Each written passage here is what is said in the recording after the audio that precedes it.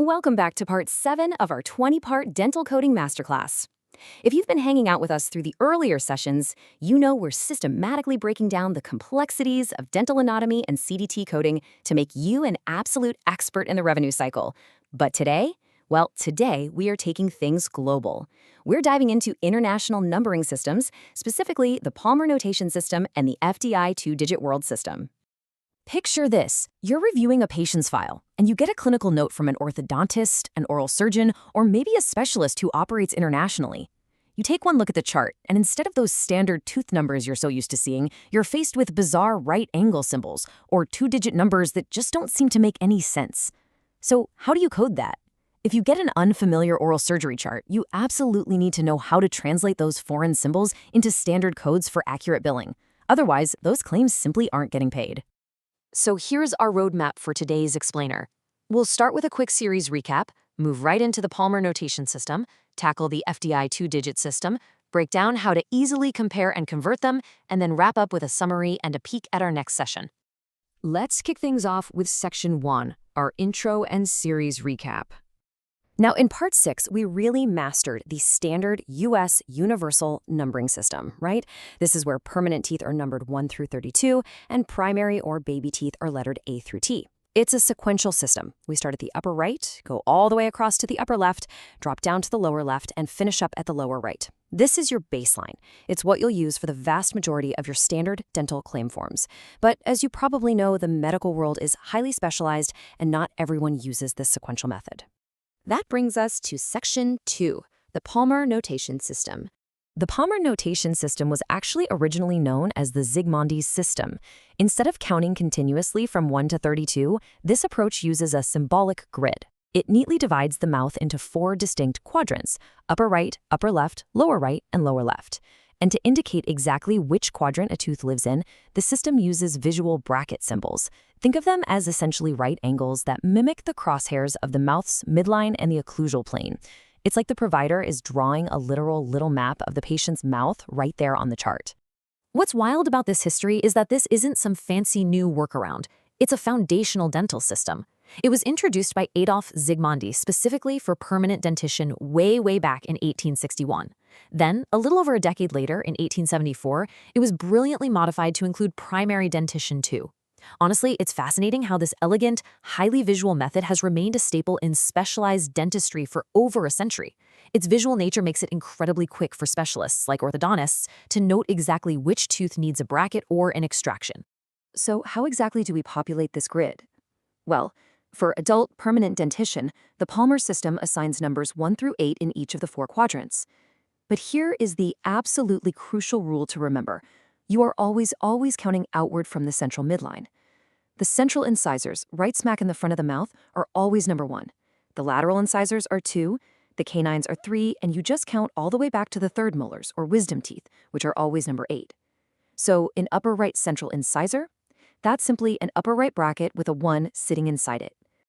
And the primary teeth map out exactly the same way using this visual grid framework.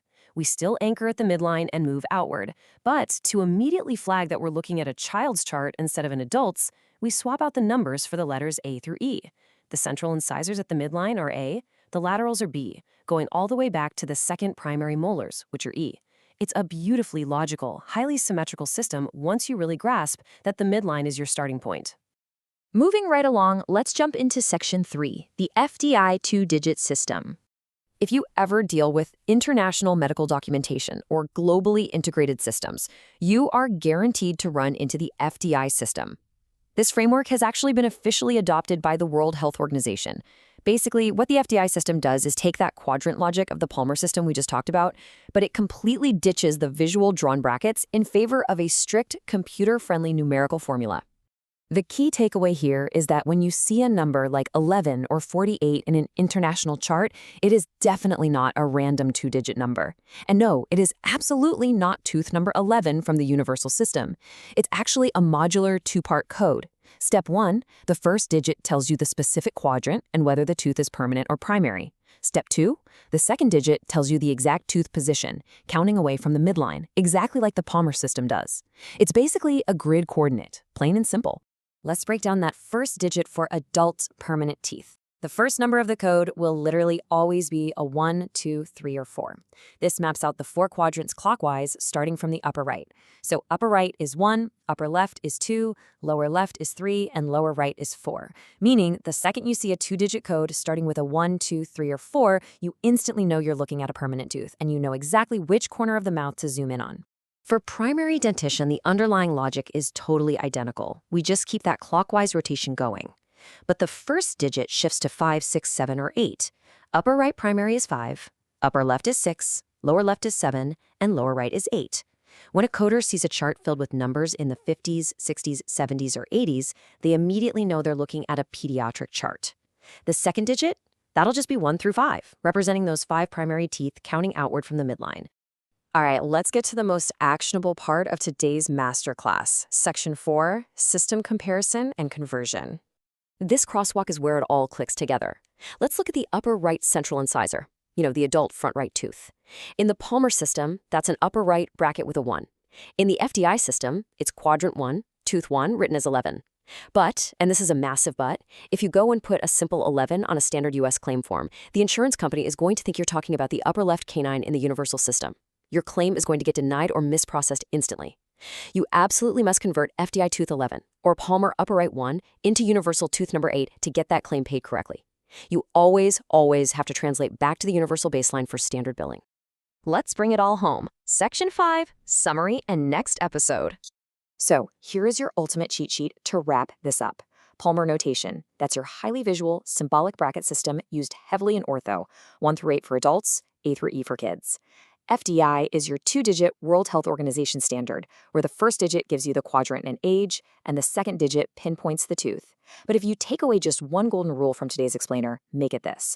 Both of these systems anchor at the midline. If you can remember that, unlike the universal system, which just counts sequentially all the way across the arch, you will easily navigate and convert literally any specialist chart that crosses your desk. All right, so now that we know exactly how to locate these teeth using any global system, we have to know how to code what's actually happening to them, right? In Part 8, we're going to start translating actual clinical diagnoses. We'll be looking at abbreviations like CA for caries, AB for abrasion, and we'll dive deep into periodontal disease stages to give you the precise terminology you need for perfectly clean coding.